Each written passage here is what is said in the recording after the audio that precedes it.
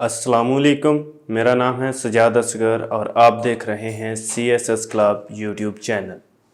जैसा कि आपको मालूम है कि हमारी जो मंथ वाइज सीरीज़ चल रही थी करंट अफेयर की, करंट डेवलपमेंट पे पाकिस्तान लेवल की और इंटरनेशनल लेवल की, जिसमें हम मंथ वाइज सीरीज़ को कंप्लीट कर रहे थे। तो जो बिल्कुल लास्ट पे पहुंच की हुई है, आज हम जो मंथ डिस्कस करेंगे वो है सितंबर, और इसमें वो वाले इवेंट डिस्कस करेंगे जो पास्ट पेपर में आ चुके हैं, जो फिर अगले वाले जो पेपर्स होंगे उसके अंदर पूछे जा सकते हैं।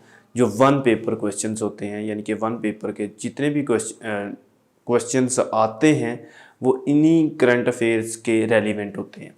सो स्टार्ट करते हैं। यहाँ पे मैंने पहला जो लिखा हुआ है वो है UNGA 75th सेशन, यानी कि 75वां सेशन था ये, 75th। तो ये सेशन जो हुआ है ना, यूएनओ से मुराद है, UNGA से मुराद है यूनाइटेड नेशन जनरल असेंबली।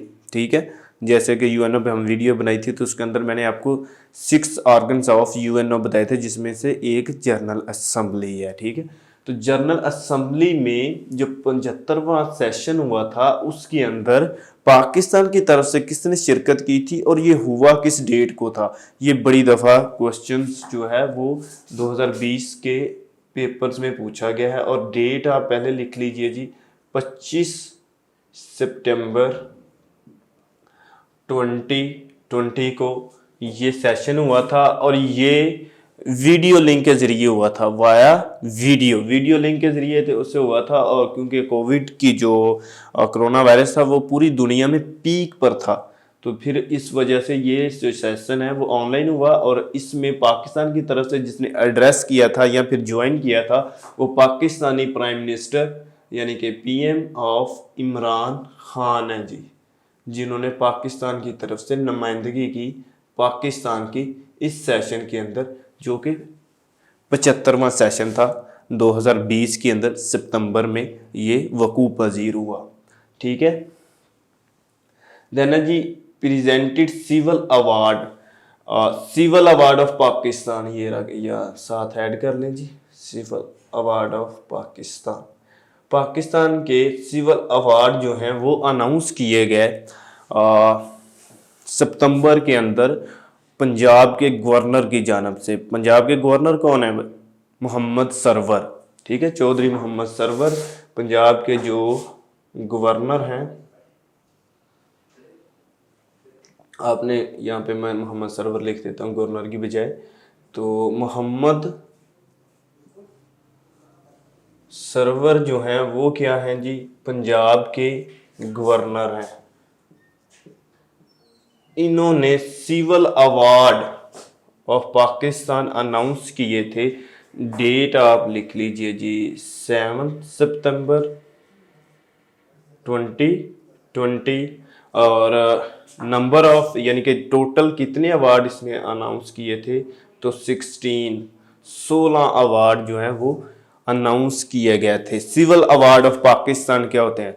जैसा कि पेपर के अंदर पूछा जाता है, highest civil award of Pakistan का जो सिविल अवार्ड है, यानी कि पाकिस्तान की किसी तरह से भी सिविल तरीके से प्रमोशन या उसकी तरक्की के लिए काम करने वाले को जो सबसे highest award as a civil दिया जाता है उसका नाम है सिविल अवार्ड ऑफ पाकिस्तान का सिविल अवार्ड जो है निशाने पाकिस्तान है। ठीक है, सिविल अवार्ड सबसे हाईएस्ट है। सिविल अवार्ड किस तरह से होते हैं जी? जैसे हुस्ने कारकर्दगी पर दिया जाता है अवार्ड, निशाने इम्तियाज़ दिया जाता है, तो इस तरह के अवार्ड जो है ना वो सिविल अवार्ड होते हैं। तो highest civil award of Pakistan Nishan-e Pakistan है। तो इस तरह से जो सितंबर 7 को गवर्नर पंजाब चौधरी मोहम्मद सरवर ने जो सिविल अवार्ड प्रेजेंट किए थे, दिए थे, वो टोटल 16 थे।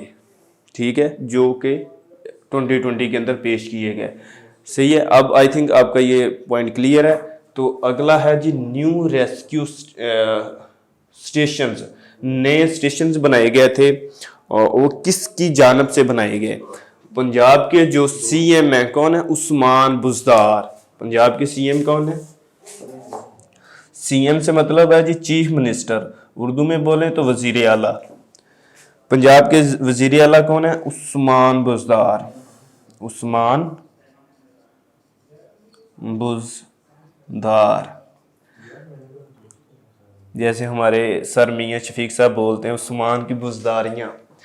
तो ये उस्मान बुज़दार साहब जो है, इन्होंने न्यू रेस्क्यू स्टेशन यानी कि 1122 जो है वो हेल्पलाइन है ना रेस्क्यू की, तो इसमें ये स्टार्ट तो की थी, आपको आइडिया है जी, काफ लीग ने।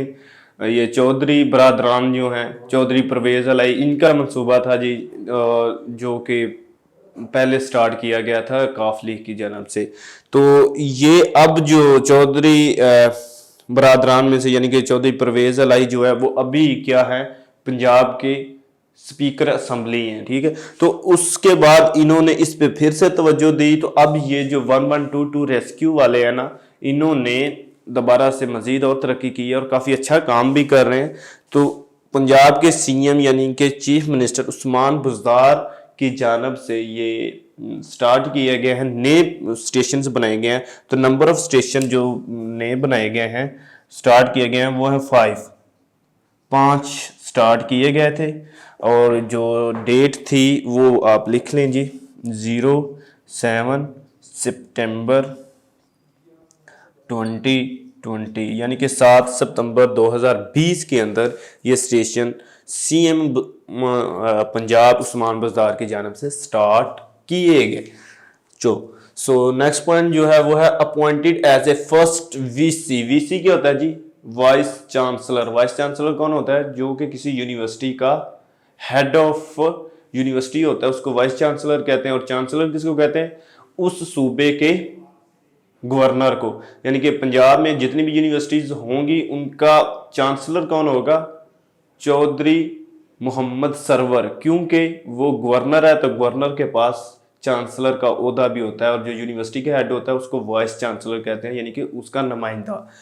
तो फर्स्ट वाइस चांसलर जो है उसका नाम है, जो जिस यूनिवर्सिटी का है पहले वो लिख लीजिए, यूनिवर्सिटी बाबा गुरु नानक जो है ना, नई यूनिवर्सिटी बनाई गई है, बाबा गुरु नानक नई यूनिवर्सिटी बनाई गई है। बाबा गुरु नानक नई यूनिवर्सिटी जो है, नानक तो आपको पता है बाबा गुरु नानक कहाँ पे है जो दफन है, तो कहाँ पे है जी? या उनका जो मतलब कह लें आप, जो टेम्पल है वो कहाँ पे है? ननकाना साहब के अंदर।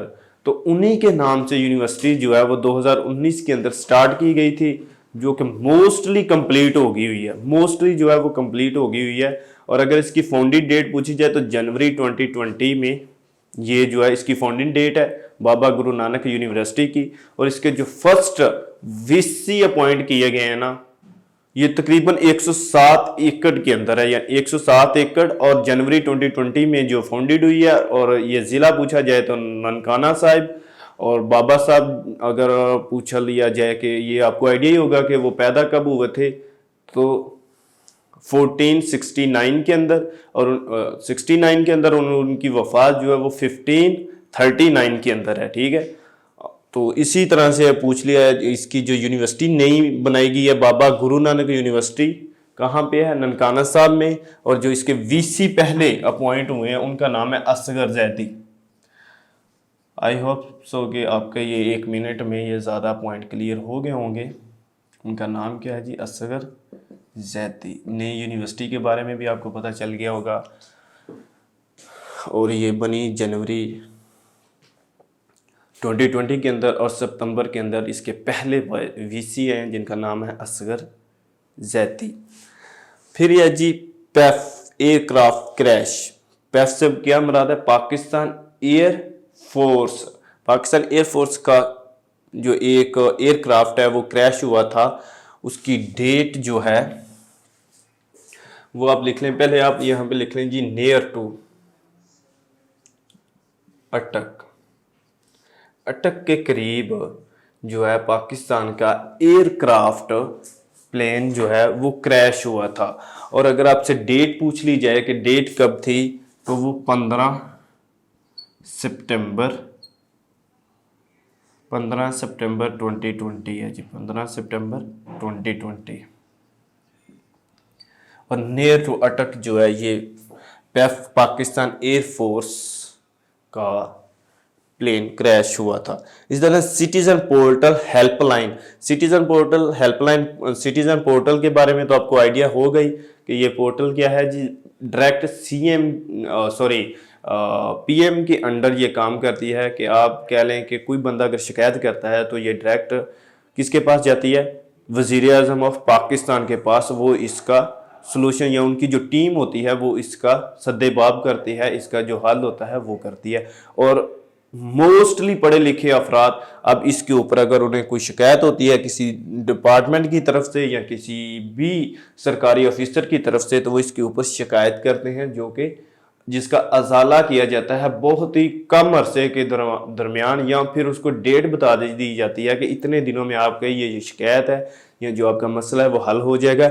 इसकी हेल्पलाइन जो है वो अनाउंस की गई थी सितंबर के अंदर, ये हेल्पलाइन लॉन्च की गई थी शिबली फराज की जानब से। शिबली फराज आपको पता है वफाकी वजीर हैं जी, क्या नाम है उनका जी, शिबली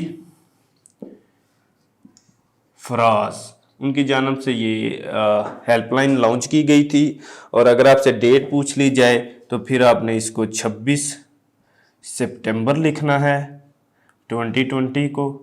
ये हेल्पलाइन सिटीजन पोर्टलशिप पे अनाउंस की गई थी। फिर जीबी इलेक्शन, जीबी से मतलब जी से गिलगित, बी से बल्तिस्तान, गिलगित बल्तिस्तान के जो इलेक्शन है वो इलेक्शन कमीशन की तरफ से डेट अनाउंस की गई थी, शेड्यूल दिया गया था कि इस डेट को इलेक्शन होंगे। वो शेड्यूल किस डेट को दिया गया था, वो शेड्यूल किया गया था 24 सितंबर 2020 को। और ये हुए कब थे, 15 नवंबर 2020 को। जैसे कि यूएसए के इलेक्शन 3 नवंबर 2020 को हुए थे और उनकी हलफ जो उनका ओथ लेने का डेट थी वो 20 जनवरी 2021 थी।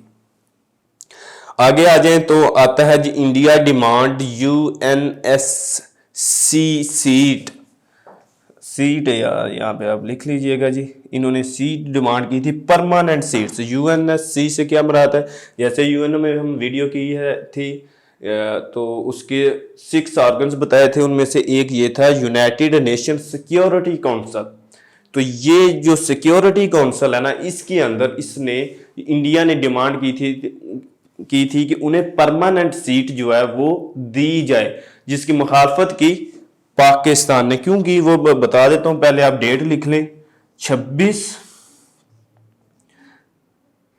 सितंबर 2020 को इन्होंने डिमांड की। इसकी ओपोजिट यानी कि इसके ओपोजिट जो गया था कंट्री वो था पाकिस्तान। पाकिस्तान ने इसके ओपोजिट गए थे। पहले तो पाकिस्तान की डिमांड ये थी कि हमें भी अगर इंडिया को दी जाती तो फिर हमें भी दी जाए। चूंकि ये अमेरिका के लिए मुमकिन नहीं है या और भी कंट्रियों के लिए ये है कि क्योंकि इंडिया का असर-ओ-रसूख दूसरे कंट्रीज में काफ़ी है, तो पाकिस्तान के लिए ये मुमकिन नहीं था कि पाकिस्तान को दी जाए। तो फिर पाकिस्तान ने डिमांड की कि अगर आप हमें नहीं देते तो आप कनाडा को दे दें और हम इंडिया के हक में दे देते हैं। और आपको अंदाज़ा होना चाहिए कि यूएसए का बॉर्डर जो है वो कनाडा के साथ लगता है और यूएसए अपना इतना ताकतवर हलीफ कभी भी पैदा नहीं करेगा। तो यूएसए ने, जब पाकिस्तान ने ये प्रपोजल दिया तो यूएसए ने कनाडा को रिजेक्ट कर दिया। जब कनाडा को रिजेक्ट किया तो पाकिस्तान इंडिया को रिजेक्ट कर दिया और भी बहुत सारी कंट्रियों ने रिजेक्ट किया।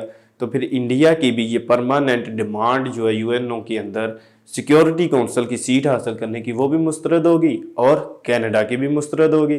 कनाडा को तो हमने बस, क्योंकि हम जानते थे कि हम अगर कनाडा का डिमांड करेंगे तो क्या होगा, यूएसए ये कभी भी नहीं मानेगा। अगर यूएसए वो नहीं मानेगा तो इंडिया ऑटोमेटिकली ख़त्म हो जाएगा। तो इस तरह से ये डिमांड इंडिया की रिजेक्ट हो गई। सो ये डेट अगर पूछी जाए तो 26 सितंबर 2020 को डिमांड की गई थी इंडिया की तरफ से परमानेंट सीट की। सो ये क्वेश्चन थे जी आप लोगों के, जो हमने इस वीडियो में डिस्कस करने थे। और जो दोस्त स्क्रीनशॉट लेना चाहते हैं वो अब इसका स्क्रीनशॉट ले सकते हैं, ठीक है। तो यही थे जी क्वेश्चन जो मैंने आपके साथ डिस्कस करने थे। आप लोगों का बहुत बहुत शुक्रिया वीडियो देखने का। अब मुझे इजाज़त दें, अगली वीडियो में इंशाल्लाह मिलेंगे। Thank you so much.